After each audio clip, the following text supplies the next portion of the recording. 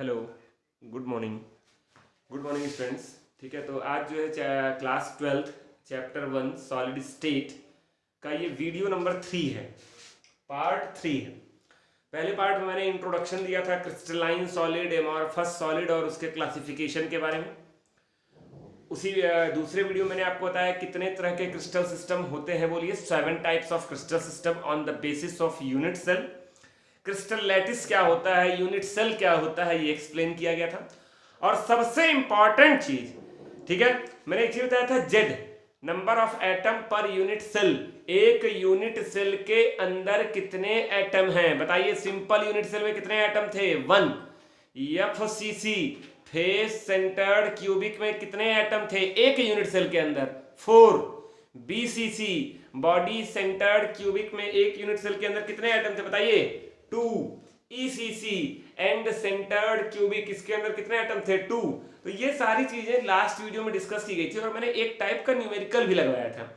बताइए कॉर्नर कितने होते हैं 8, और एक कॉर्नर पे क्या होता है सेंटर ऑफ एटम। बोलिए क्या होता है centre of atom, centre of atom. ठीक है, अच्छा उसका अपने यूनिट सेल के अंदर कितना हिस्सा आता है 1/8। Contribution towards 1 unit cell is equal to 1/8। अगर कोई एटम कहां पर है कॉर्नर पर है, अगर फेस के सेंटर पे है तो उसका कंट्रीब्यूशन कितना होगा हाफ। एक होगा भाई, ये दीवार के बीचों बीच पे है तो एक एटम अगर यहां होगा तो आधा इस कमरे में और आधा उस कमरे में, 3D एटम है। ठीक है, एज पर होगा, एज कितने होते हैं 12, और एज के सेंटर पे अगर कोई एटम है तो कंट्रीब्यूशन एक यूनिट सेल के अंदर क्या होगा 1/4। इस पर मैंने 3 4 5 न्यूमेरिकल भी लगाया था, परसेंटेज वाला फ्रैक्शन वाला मिक्स करके एक ही में बता दिया था पिछले वीडियो में। बहुत बकायदे 2 वीडियो पढ़ लीजिएगा, पहला और दूसरा, तभी इस तीसरे वीडियो की तरफ आइएगा। ये चैप्टर बहुत ज्यादा 3D एजम्पशन वाला चैप्टर है। ठीक है, ऐसे नहीं कि आप कोई भी बीच का पार्ट उठाए और उसको समझ के निकल लिए, एकदम शुरू से चलना है बेसिक चीजों से। अच्छा ये तो हमको कौन सा क्रिस्टल सिस्टम पढ़ना है, cubical crystal system. Cubical crystal system हमको पढ़ना है, जो कि हम शुरुआत किए हैं पढ़ रहे हैं। तो आज का आपका अगला टॉपिक है, ये तो मैंने ऐसे लिख दिया, आज का आपका अगला टॉपिक है रिलेशनशिप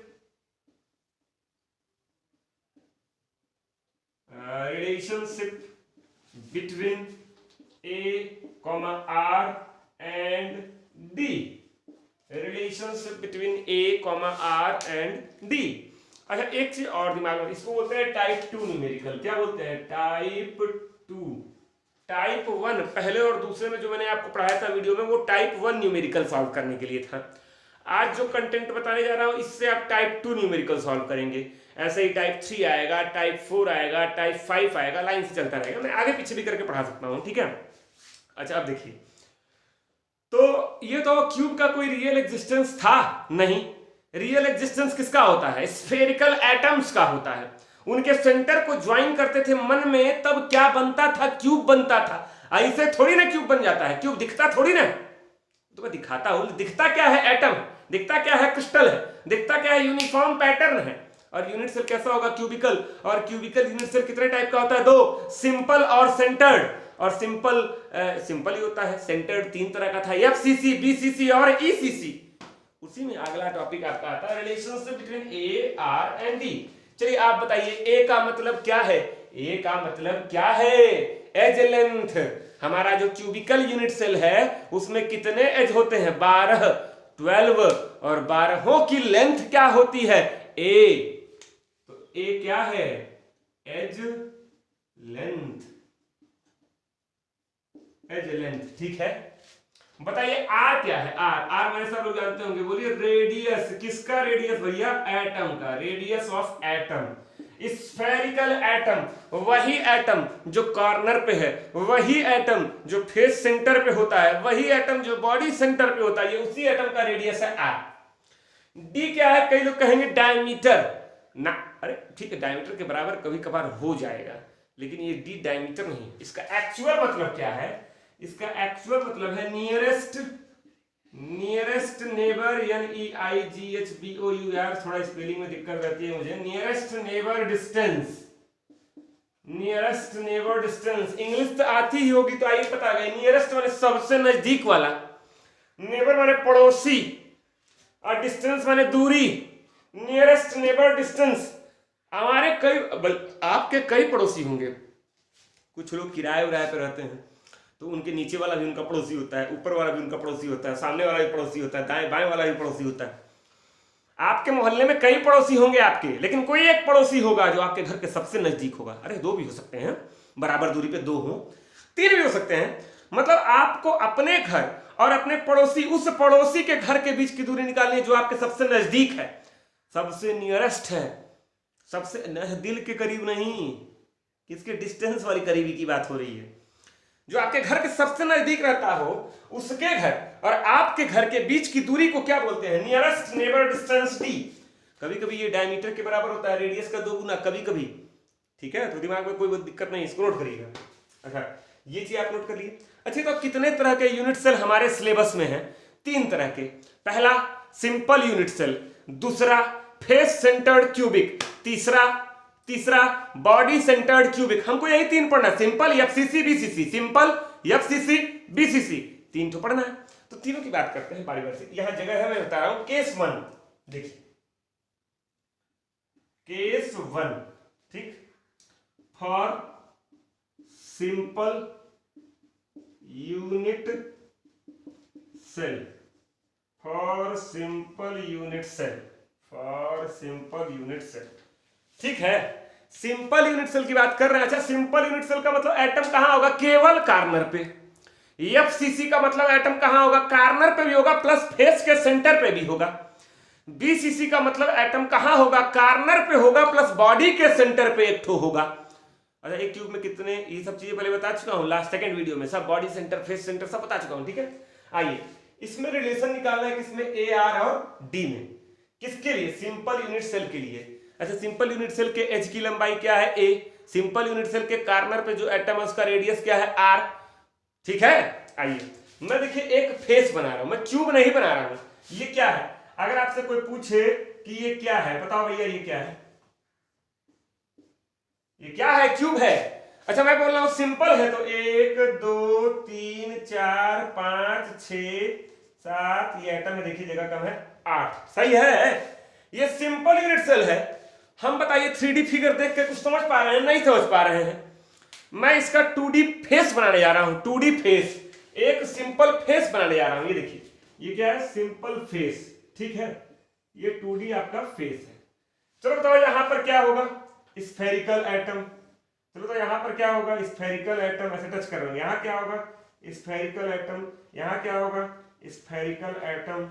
ये टच कर रहे हैं, ये टच कर रहे हैं, चारों टच कर रहे हैं। सिंपल यूनिट सेल की बात हो रही है, फेस के सेंटर पे एटम नहीं है। चलो बताओ, इस पॉइंट को मैंने नाम दिया कैपिटल ए, इसको कैपिटल बी। मैथ में आप पढ़ते नहीं थे triangle A B C D, A B C, quadrilateral A B C D पढ़ते थे ना? तो इसको मैं ए पॉइंट नाम दिया, इसको मैंने बी पॉइंट नाम दिया। चलो बताओ, edge length, edge length, edge length क्या है? ये तो ये चीज क्या है? एज लेंथ है। अरे यही तो एच की लंबाई है, यही तो एच की लंबाई है, यही तो एच की लंबाई है, यही तो एच की लंबाई है, और सारे एच की लंबाई क्या होती है? ए। तो बताइए एज लेंथ यहां पर क्या होगा? ए बी बराबर क्या होगा? ए। तो देखो ए बी को मैं एक बार टर्म में निकाल रहा हूं एज लेंथ, तो मैं यहां लिख रहा हूं A B is equal to A, ठीक है।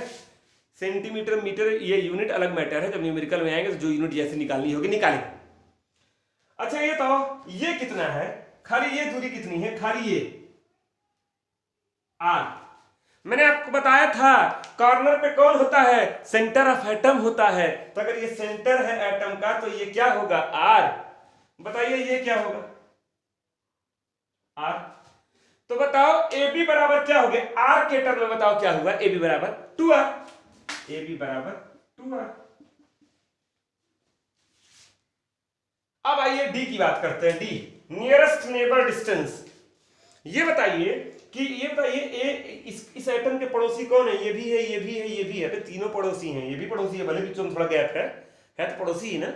इसका सबसे नजदीकी पड़ोसी कौन है? ये दोनों सटे हुए हैं, देखो, और है थोड़ा दूरी पे है। ये सटा हुआ है तो नहीं सही से गोला बन पाया, ध्यान दीजिएगा, ठीक है।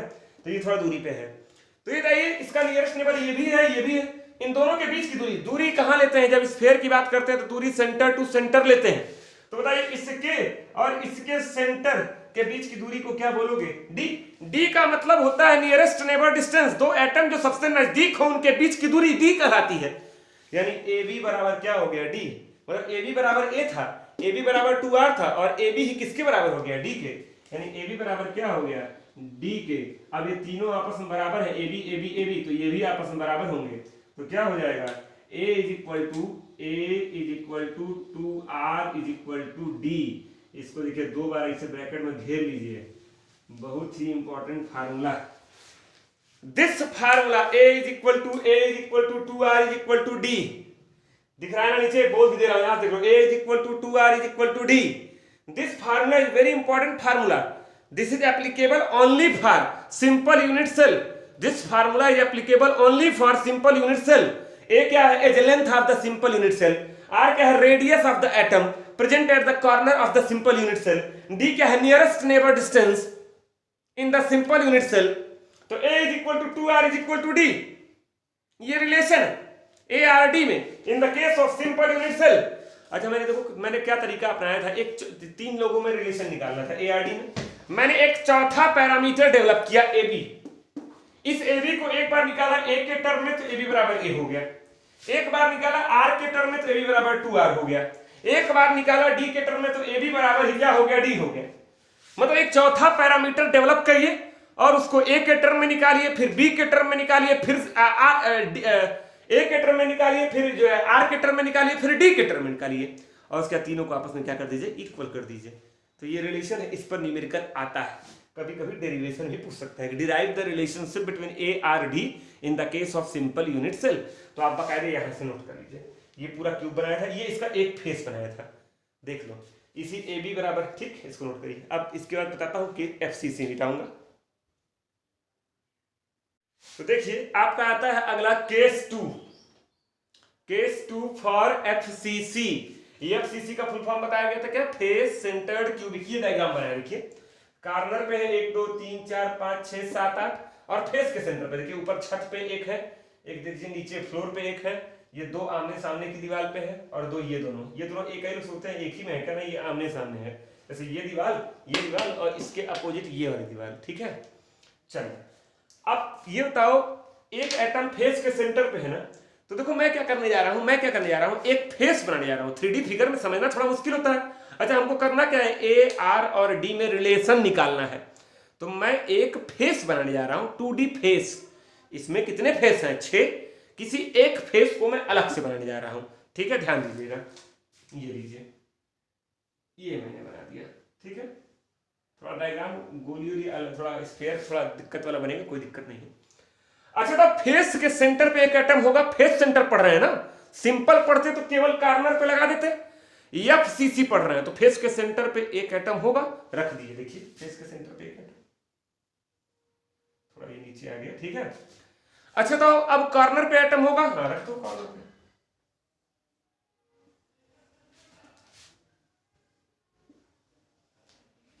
ठीक। अच्छा अब ध्यान दो, यहाँ गैप है, ये गैप है, ये देखो गैप है, ये गैप है, क्योंकि जब 4 लड्डू के बीच में, कल भी बताए थे पिछले वीडियो में, 4 लड्डू के बीच में उसी साइज का एक लड्डू और घुसाओगे, चारों थोड़ा थोड़ा दूर हो जाएंगे, घर पे प्रैक्टिकल करके देख लेना। सिंपल यूनिट सेल में गैप नहीं था, लेकिन एफसीसी में ये गैप रहता है, ये गैप, ठीक है। अब बात है सर इसको ए मान ले, इसको बी मान ले, कई बच्चे कहते हैं सर इसको ए मान लीजिए, इसको बी मान लीजिए, जल्दी जल्दी कर दीजिए जैसे अभी किए थे। ये तो ये बीच वाला गैप तुम कैसे निकालोगे, इसको ए मान लोगे, इसको बी मान लोगे, तो बीच वाला गैप हुआ, ये कैसे निकालोगे भाई। ए बी बराबर मान लिए एज लेंथ के बराबर है ए, लेकिन ये आर है और ये आर है, और ये बीच वाले गैप के बारे में तुमको कुछ पता ही नहीं है। तो ए और बी ये दो रैंडम नंबर्स हैं, रैंडम सिंबल्स हैं, इनको सेलेक्ट करते वक्त अपने जहन में बिठा लीजिए कि ऐसे साइड को ए और बी मानने के लिए आप स्वतंत्र हैं, आप इसको ए इसको भी मानिए, आप इसको ए इसको भी मानिए, लेकिन ऐसा करिए जिससे आप रिलेशन निकालने में आपको आसानी हो। तो मैं इसको, ये दूरी निकालना मेरे बस की बात अभी नहीं है फिलहाल, तो मैं इसको ए मान रहा हूं और इसको बी मान रहा हूं, देखिए तीनों सटे हुए हैं, यहाँ कोई दिक्कत नहीं, इसको ए और इसको बी, वहीं पर ए और बी कहीं पर बीच में मान लीजिए बी मान सकते हो, उससे भी आएगा, किनारे किनारे बनो, ये हमारा क्वाड्रिलेटरल है तो एक ए और एक बी। अच्छा चलो इसको ऐसे ज्वाइन कर दो ए और बी को। चलो हमने बताया था कि जब ए आर डी में रिलेशन निकालना हो, small A small R small D में रिलेशन निकालना हो, तो सबसे पहला काम उसको आप एक बार एज लेंथ के टर्म में निकालिए, एक बार रेडियस के टर्म में निकालिए, एक बार नियरेस्ट नेबर डिस्टेंस के टर्म में निकालिए। तो मैं पहले निकालने जा रहा हूं एज लेंथ के टर्म में। चलो बताओ ये लेंथ कितनी है, ये लेंथ दूसरे पेन से लिखूं, देखिए ये लेंथ आप बताइए कितनी है, ए है। ये लेंथ कितनी है बोलो, ए है। तो बताओ ये कितनी होगी, ये length.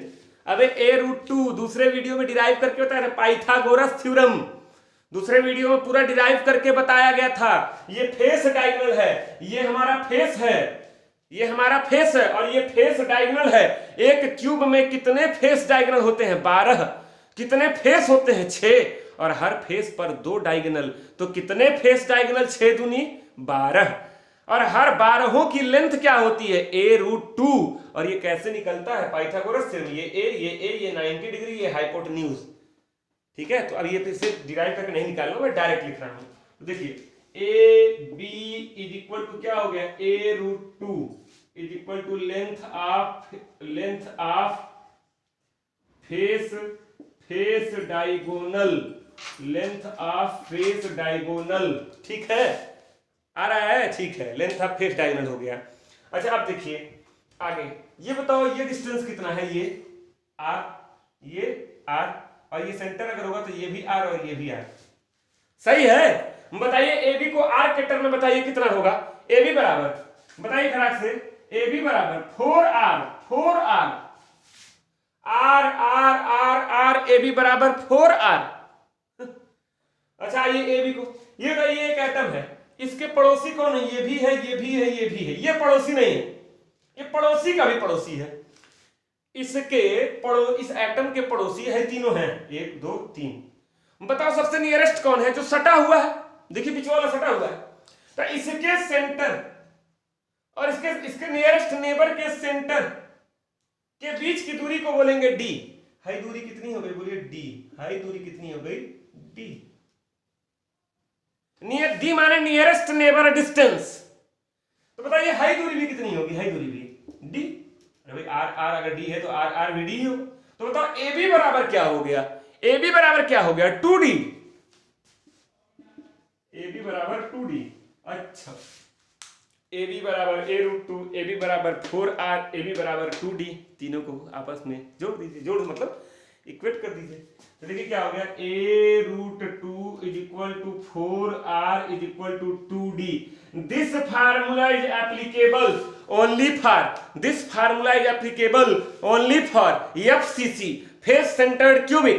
This formula is applicable only for FCC, face centred cubic. देख लीजिए, नोट कर लीजिए। अच्छा ये तो ये जब फेस सेंटर्ड क्यूबिक की बात कर रहे हैं तो ये किसकी लेंथ है, फेस डायगोनल की है। जब बॉडी सेंटर्ड की बात करेंगे, BCC की बात करेंगे, तो यहां पर किसकी लेंथ हो जाएगी, बॉडी डायगोनल की। और बॉडी डायगोनल की लेंथ क्या होती है, a√3। अच्छा बॉडी एक चीज और दीजिए, क्योंकि केस 3 BCC है, उसमें एक एटम कहां होता है, बॉडी के सेंटर में होता है ना, बॉडी के बीच में। तो बॉडी डायगोनल ऐसे तिरछे आता है ना, बॉडी डायगोनल ऐसे तिरछे जाता है, ऐसे एक ये ऊपर और ये दूसरे दीवार पर नीचे वाला, ठीक है, तिरछे जाता है। जैसे ये डायग्राम मैं आपको किताब में दिखाना चाहूंगा, इसको बोर्ड पे 3D नहीं समझा पाना पॉसिबल है। ये डायग्राम को देखिए, इस वाले को देखिए, ये देखिए ना, ये देखो तिरछा गया ना, ये लाइन कहाँ गई है, यहाँ पर गई है नीचे। और ये देखिए बीच में एक एटम है, ये बॉडी में है, ये बॉडी में है, बॉडी के बीचों बीच है, मतलब इस क्यूब के सेंटर में है, अंदर, ठीक है। ये पेज पर नहीं है, ये पेज के अंदर है, ठीक है।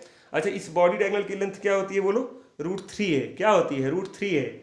अच्छा √3 होती है, तो ऑब्वियस सी बात है, अगर इसको a मानोगे, इसको b मानोगे, तो ए बी बराबर क्या हो जाएगा, √3 है। पहले कल ही लास्ट वीडियो में डिराइव किए थे। और ये r, ये 2r, ये r, तो ए बी बराबर 4r, और इसके बीच का डिस्टेंस d, तो ये भी d, तो ए बी बराबर 2d। समझ रहे हैं। अच्छा ये जो गैप देख रहे हैं, ये बीच में गैप नहीं है, तीनों सटे हुए हैं, ठीक है। 3D फिगर है, इसलिए इसको बोर्ड पे, इसका कई लोग सोच रहे होंगे सर इसका भी बोर्ड पे बना देते एक ठो फेस। अच्छा तो आप कैसे एक फेस बना दें, एक फेस अगर आप बनाएंगे, फेस सेंटर में फेस बना दिए थे, क्योंकि फेस के सेंटर पे ही एटम था।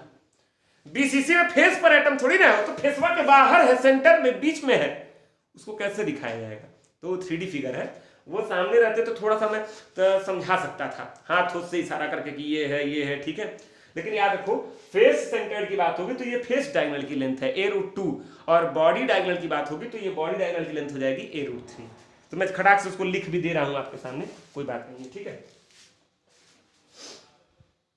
देखिए ये आपका BCC है, बॉडी सेंटर्ड क्यूबिक है। इस पॉइंट को अगर ए मानूं और इस पॉइंट को बी मानूं, ये बॉडी डायगोनल देखिए ब्लू पेन से बनाया है, बॉडी डायगोनल है, तो ए बी बराबर क्या होगा, ए बी बराबर क्या होगा, length of body diagonal, length of body diagonal. बताइए बॉडी डायगोनल की लेंथ क्या होती है, बोलिए। a√3 बता चुका हूं पहले ही, ठीक है। अच्छा ए बी को आर के टर्म में निकालो, ए बी बराबर ये आर है, ये 2r और ये r, ये सटे हुए हैं, ये और ये सटे हैं, लेकिन कैसे 3D फिगर में दिखाया जाए, सटे हैं और ये भी सटा। तो ए बी बराबर क्या हो गया 4r, ये r ये 2r, ये पूरा आ रहा है ना 2r, ये 2r और ये कितना आ रहा है r, ये कितना आ रहा है r, तो ए बी बराबर 4r। अच्छा तो इसका नियरेस्ट नेबर डिस्टेंस, इसका नियरेस्ट नेबर यही हुआ, सटा हुआ, तो इनके इनके बीच की दूरी d, तो इनके इनके बीच की दूरी भी d, तो ए बी बराबर 2d, तो ए बी बराबर 2d। तो रेडिएशन क्या निकल के आ गया बताइए, तीनों को इक्वेट करिए, तो a√3 is equal to 4r is equal to 2d। तो याद रहे तीन फार्मूले आपको मिल गए सिंपल के लिए, a is equal to 2r is equal to d, BCC में a√3 हो जाएगा, सॉरी a√3 हो जाएगा और FCC में a√2 हो जाएगा। ये बॉडी डायगोनल की लेंथ है और वो फेस डायगोनल की लेंथ थी। तो ये तीनों फार्मूला खूब बढ़िया से याद रखिएगा, बहुत आसान न्यूमेरिकल आता है भाई। ये बताओ एक इसकी ए का यूनिट क्या होगा, ए क्या है लेंथ है, आर क्या है लेंथ है, डी क्या है लेंथ है, तीनों लेंथ है। अगर ये सेंटीमीटर में होगा तो ये भी सेंटीमीटर में निकलेगा, ये भी सेंटीमीटर में निकलेगा, इन तीनों में से कोई एक दिया रहेगा, बाकी दोनों पूछ लेगा। मतलब ये तो बहुत ही आसान न्यूमेरिकल इस पर आता है। एक या दो क्वेश्चन मैं आपको अभी बता दे रहा हूँ, ठीक है। ठीक है देखिए सब कुछ लिख दिया है मैंने, case 1 for simple unit cell relation और जेड की value, case 2 FCC, case 3 BCC, ये सब हो चुका है। न्यूमेरिकल मैंने बताया तो बहुत ही आसान आता है, तो देख लीजिए।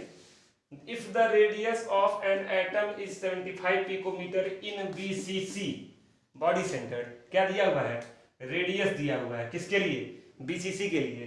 कह रहा है find edge length, edge length माने ए पूछ रहा है, BCC में बताओ क्या रिलेशन है, a√3 इज इक्वल टू 4। अच्छा इससे कोई मतलब नहीं है, क्यों, क्योंकि नियरेस्ट नेबर डिस्टेंस ना तो दिया है ना तो पूछ रहा है। तो a√3 is equal to 4r, a√3 is equal to 4r, क्या पूछ रहा है, रेडियस दिया हुआ है कितना 75 पिकोमीटर, इसी से सॉल्व करिए। तो बताओ a√3 बराबर क्या हो गया 4 × 75, सही है, सही है ना। तो बताओ अब इसके आगे चलो, a बराबर क्या हो जाएगा, a इज इक्वल टू 4 × 75/√3। ये जो आंसर आएगा किसमें आएगा, पिकोमीटर। अगर एटम का रेडियस दिया हुआ है पिकोमीटर में तो इसको सॉल्व करेंगे, आंसर भी ए भी किसमें आएगा, पिकोमीटर में। अब ये सॉल्व कर लोगे ना, अरे भाई √3 की वैल्यू होती है 1.732, उसको रख कर आराम से डिवाइड कर लीजिएगा। मुझे केमिस्ट्री सिखाना है आपको, कैलकुलेशन नहीं। और कैलकुलेशन मेरी देखनी हो तो मेरा लॉगरिथम का एक वीडियो ऑलरेडी पड़ा हुआ है मेरे चैनल पे, तो मेरी कैलकुलेशन वहाँ जाके आप चेक कर लीजिएगा। तो मुझे बेसिकली आपको केवल क्या सिखाना है, केमिस्ट्री, ठीक है। तो ये मत सोचिएगा सर को कैलकुलेशन नहीं आता है, बहुत भयंकर आता है, और उसको उसका एक आपको उदाहरण देखना और खाली लॉगरिथम में चले जाइएगा। ठीक, आगे बढ़ते हैं। देखिए अब जो है xenon crystallises in FCC lattice and edge length is 620 picometre, find radius of xenon. अच्छा FCC बोल रहा है, FCC बोला है ना, तो बताओ FCC का फार्मूला ये है। अच्छा क्या पूछ रहा है, रेडियस r पूछ रहा है और क्या दिया है, एज लेंथ a, बहुत सही। तो a√2 is equal to 4r, सही है। अच्छा तो एज लेंथ 620 दिया है, एज लेंथ मतलब a 620 पिकोमीटर, तो 620√2 बराबर 4r, सही है। तो r बराबर क्या हो गया, r बराबर 620√2 डिवाइडेड बाई 4, इसको सॉल्व कर लोगे, ठीक है। पिकोमीटर है किसमें, पिकोमीटर, तो ये सॉल्व करने पे ये आपका आंसर हो गया। तो ये दो न्यूमेरिकल बहुत आसान होता है यार, a, r, d तीनों में से कोई एक दिया रहेगा, बाकी दोनों आप निकाल लेंगे, तीनों आपस में इक्वल ही तो है, बस फार्मूला याद रहे। BCC में FCC का और FCC में सिंपल का फार्मूला लगा के मत चले जाना। अच्छा टाइप 1 न्यूमेरिकल किस पे था, कॉर्नर, फेस, सेंटर, इन सब पे था, फार्मूला निकालना था। टाइप 2 किस पे था, ARD पे था, ठीक है। अगला वीडियो में लेके आऊंगा टाइप 3 का। अच्छा एक चीज और सुन लीजिए, क्लास में जब मैं ये चैप्टर पढ़ाता था, ठीक है, क्लासेस में, अभी तो लॉकडाउन की वजह से ऑनलाइन ही पढ़ा रहा हूँ, तो क्लास में जब मैं पढ़ाता था तो आपको पता होगा अब तक मैं इस पर तो कम ही लगवाता था, ये तो बहुत आसान है, इस पर दो लगवाया हूँ, एक आधा और लगवा देता था क्लास में भी, 2-3 से अधिक नहीं। लेकिन जो टाइप 1 का न्यूमेरिकल है, टाइप 1 मेरी इच्छा भर नहीं पाई है, टाइप 1 का न्यूमेरिकल अभी कई बच्चे मुझसे पढ़ने वाले सॉल्व कर करके दे भी रहे हैं। अभी भी मेरे पास ऐसे ऐसे क्वेश्चन हैं टाइप 1 के, ठीक है। मैं वही सोच रहा हूँ उसको कैसे दिखाऊं। पहला वीडियो जो दूसरा वीडियो मैंने बनाया था ऑलरेडी 50 मिनट का हो गया था, उसमें मैंने 5-6 न्यूमेरिकल लगवा दिए थे, परसेंटेज वाले, फ्रैक्शन वाले, तमाम तरह के लगवा दिए थे। लेकिन अभी भी मुझे होता है ना, मन की भड़ास खत्म नहीं हुई, अभी मुझे और उस पर न्यूमेरिकल लगाने का मन कर रहा है।